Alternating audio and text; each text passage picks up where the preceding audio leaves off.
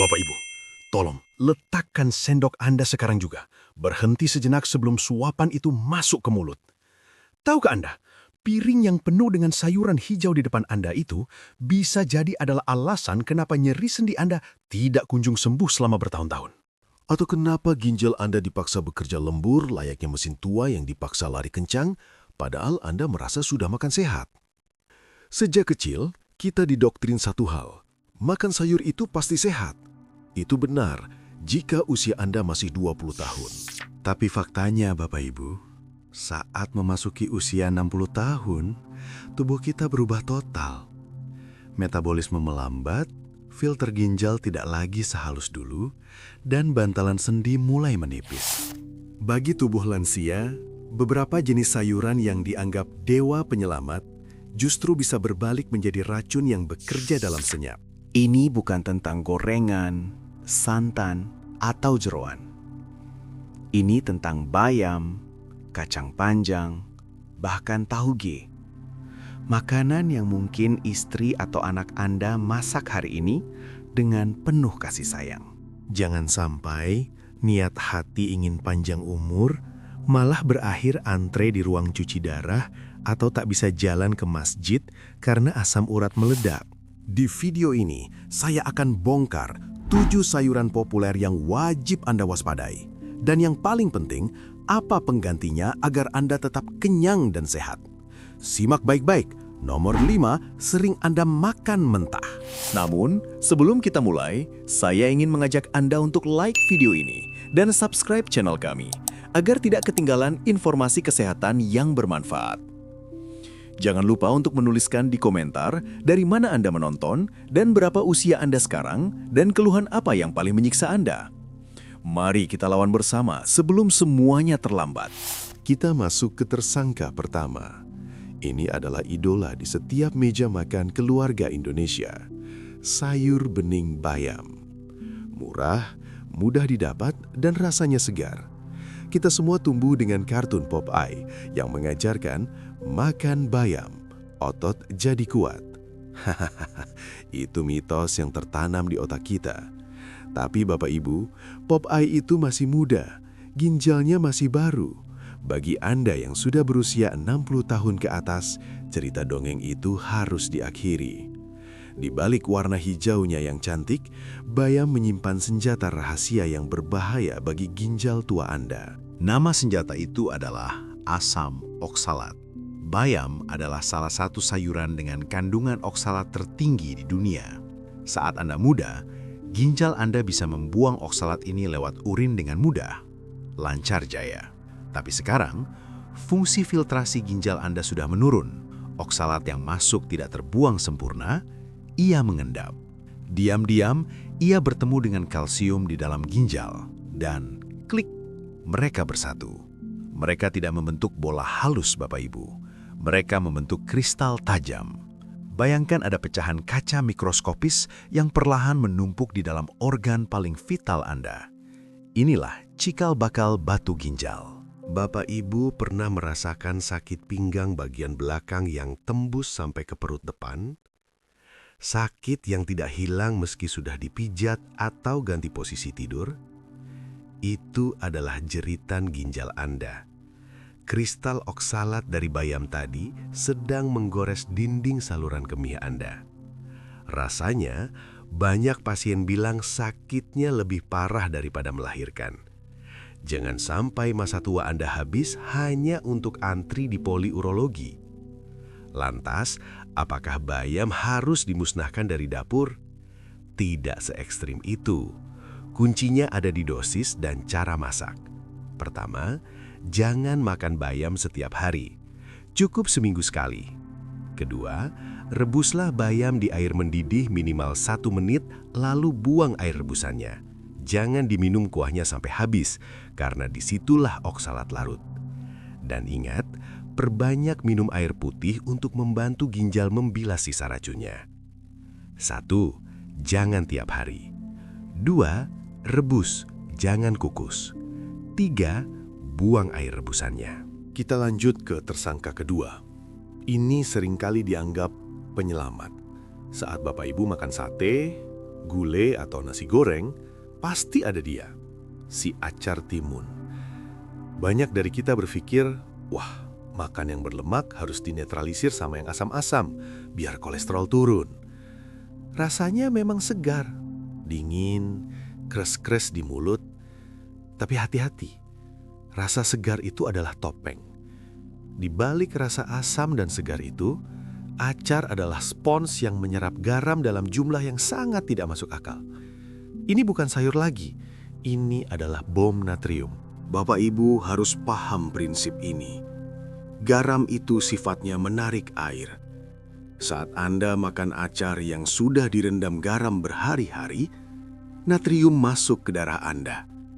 Dia menahan air agar tidak keluar dari tubuh. Akibatnya, volume darah meningkat drastis.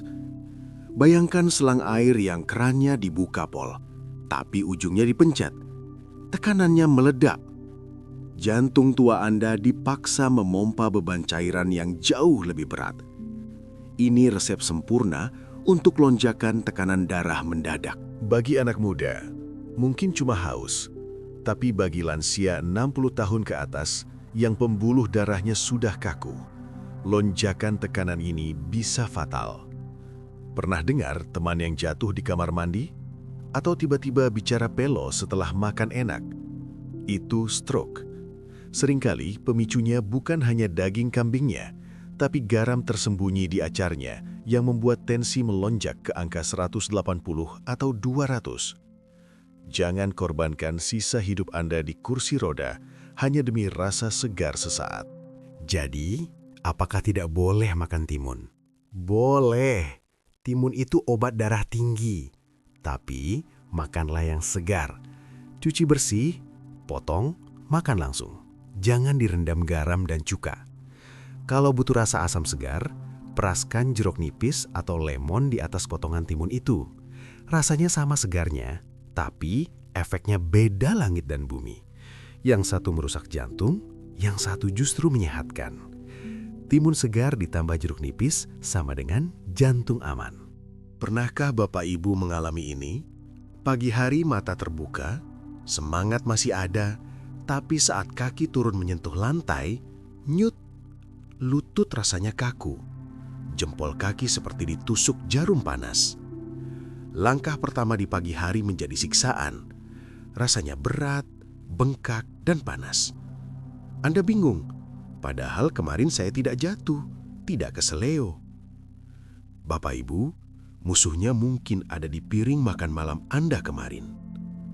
Tersangka ketiga kita hari ini sering bersembunyi di dalam sayur lodeh atau tumisan favorit keluarga, kacang panjang dan buncis tua. Mari kita bedah isinya. Kacang panjang dan buncis yang sudah tua, yang bijinya sudah menonjol besar, mengandung zat bernama purin. Ini zat alami, tapi bagi lansia, ini masalah besar. Di dalam tubuh yang menua, ginjal gagal membuang sisa purin ini. Akibatnya, purin berubah wujud menjadi asam urat. Dan tahukah Anda bentuk asam urat di bawah mikroskop? Dia tidak cair, dia tidak bulat.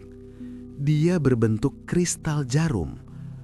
Bayangkan, ada ribuan pecahan kaca mikroskopis yang nyangkut di engsel lutut atau jempol kaki Anda. Setiap kali Anda melangkah, kaca-kaca itu menusuk daging dari dalam. Itulah asam urat. Itulah gout. Sakit fisiknya mungkin bisa ditahan, tapi sakit hatinya saat Anda tidak kuat lagi berjalan ke masjid untuk berjamaah. Saat Anda tidak bisa lagi menggendong cucu karena lutut gemetar. Asam urat bukan sekadar nyeri. Dia perampas kebebasan masa tua Anda.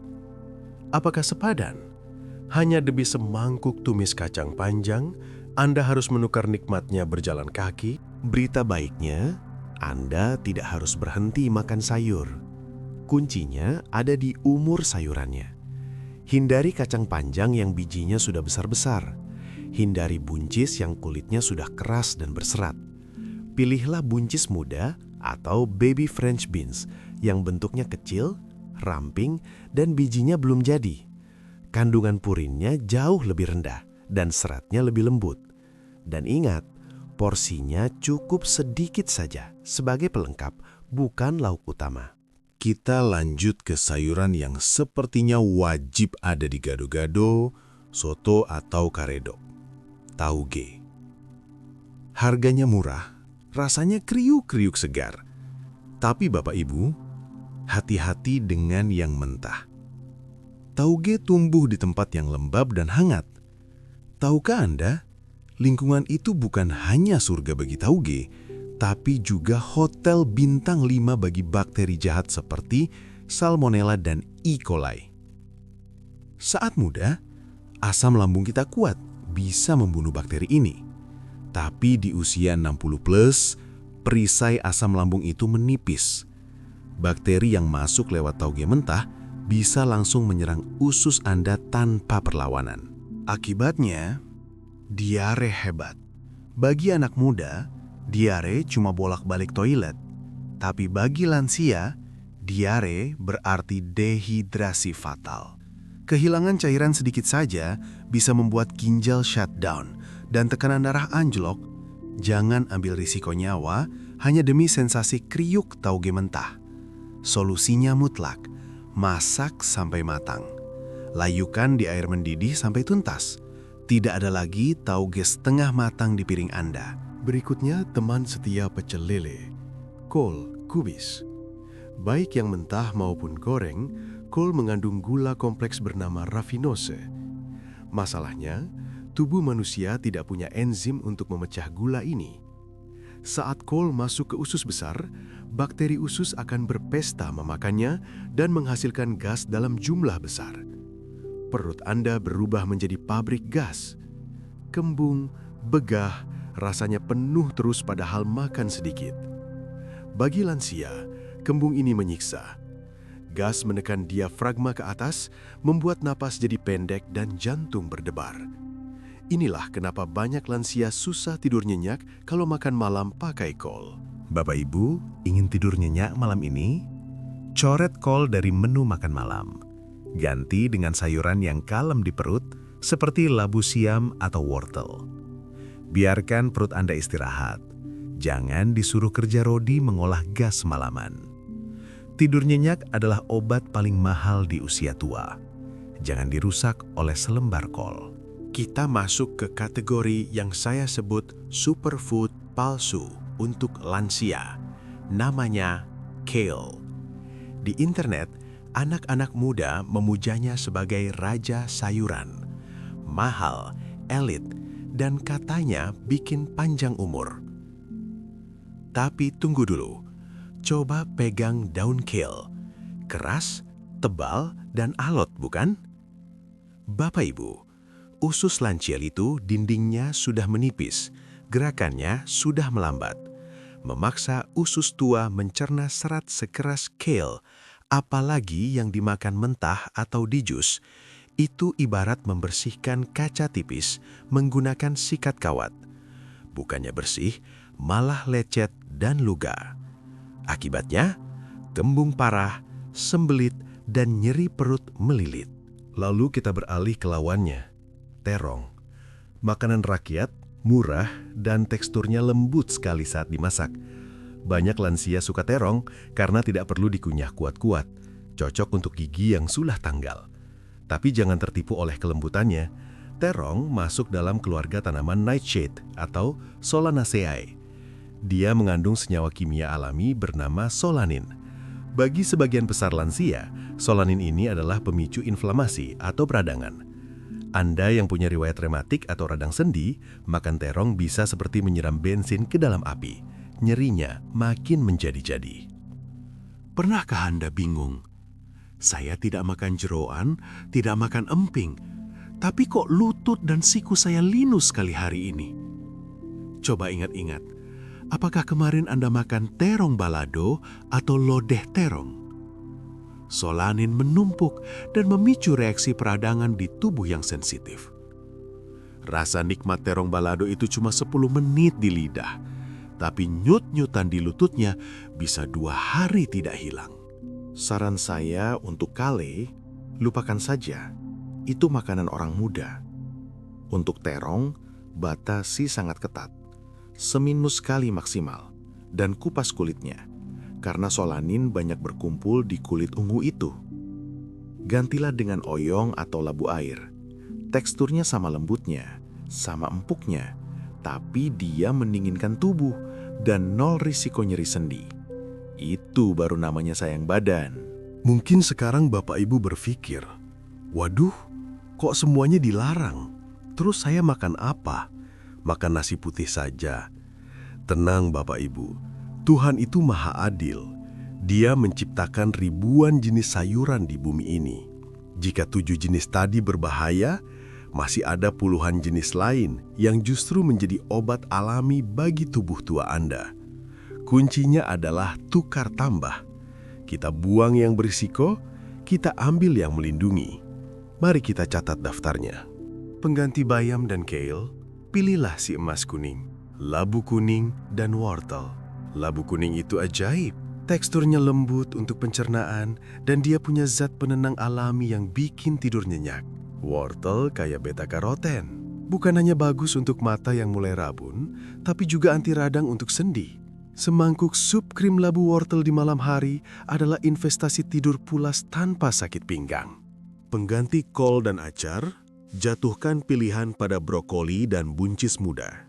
Brokoli adalah sapu bersih bagi pembuluh darah. Dia melindungi jantung tanpa bikin perut kembung seperti kol. Dan ingat soal asam urat tadi? Ganti kacang panjang tua dengan baby buncis. Pilih yang kecil, lurus, dan muda. Rasanya manis, renyah, tapi purinnya rendah. Aman untuk bapak ibu yang sering linu lututnya. Terakhir, pengganti terong. Cari sayuran yang sifatnya mendinginkan, yaitu oyong atau gambas dan labu air. Ini adalah sahabat terbaik ginjal. Oyong itu melancarkan kencing, membuang racun, dan teksturnya super lembut. Tidak perlu dikunyah keras, langsung slurp, masuk perut, nyaman, dan menyehatkan. Tapi ingat satu aturan emas. Sayuran dewa pun akan jadi racun kalau digoreng minyak jelantah atau direndam santan kental tiap hari. Mulai sekarang, akrabkan diri dengan kukus, rebus, dan tumis air. Lidah mungkin kaget sebentar, tapi tubuh Anda akan berterima kasih selamanya. Bapak Ibu yang saya hormati, pada akhirnya video ini bukan sekedar melarang Anda makan bayam atau terong. Ini tentang sesuatu yang jauh lebih besar, martabat. Harta terbesar di usia senja bukanlah tabungan yang menumpuk, melainkan kemandirian. Saat Bapak Ibu bisa ke kamar mandi sendiri, bisa sholat berdiri tanpa kursi, bisa menggendong cucu tanpa nyeri pinggang, itulah kekayaan sejati. Menolak semangkuk sayur lodeh bersantan hari ini adalah tabungan agar Bapak Ibu tidak menyusahkan anak cucu di rumah sakit esok hari. Itu adalah bentuk kasih sayang tertinggi Anda kepada keluarga. Sekarang saya ingin mendengar suara Bapak Ibu. Dari 7 sayuran tadi, bayam, acar, kacang panjang, tauge, kol, kale, terong, mana yang paling sulit Bapak Ibu hindari? Mana yang jadi favorit? Tulis di kolom komentar di bawah ya. Dok, saya susah lepas dari terong balado misalnya. Cerita Bapak Ibu bisa jadi pengingat dan semangat bagi teman-teman seusia kita yang lain. Perjalanan sehat ini tidak boleh berhenti di sini. Pastikan Bapak Ibu sudah menekan tombol subscribe dan tanda loncengnya, agar setiap minggu kita bisa belajar bareng tips-tips sederhana yang bikin masa tua makin bahagia. Nah, kalau makanannya sudah dijaga, bagaimana dengan tidurnya? Banyak lansia yang terbangun 3-4 kali setiap malam untuk kencing. Di video sebelah ini, saya bongkar 3 minuman malam yang bikin tidur pulas tanpa beser. Salah satunya ada di dapur Bapak Ibu sekarang. Penasaran? Klik videonya sekarang. Kita ketemu di sana. Salam sehat, salam bahagia. Saya Dr. Darmawan. Sampai jumpa di video selanjutnya. Wassalamualaikum warahmatullahi wabarakatuh.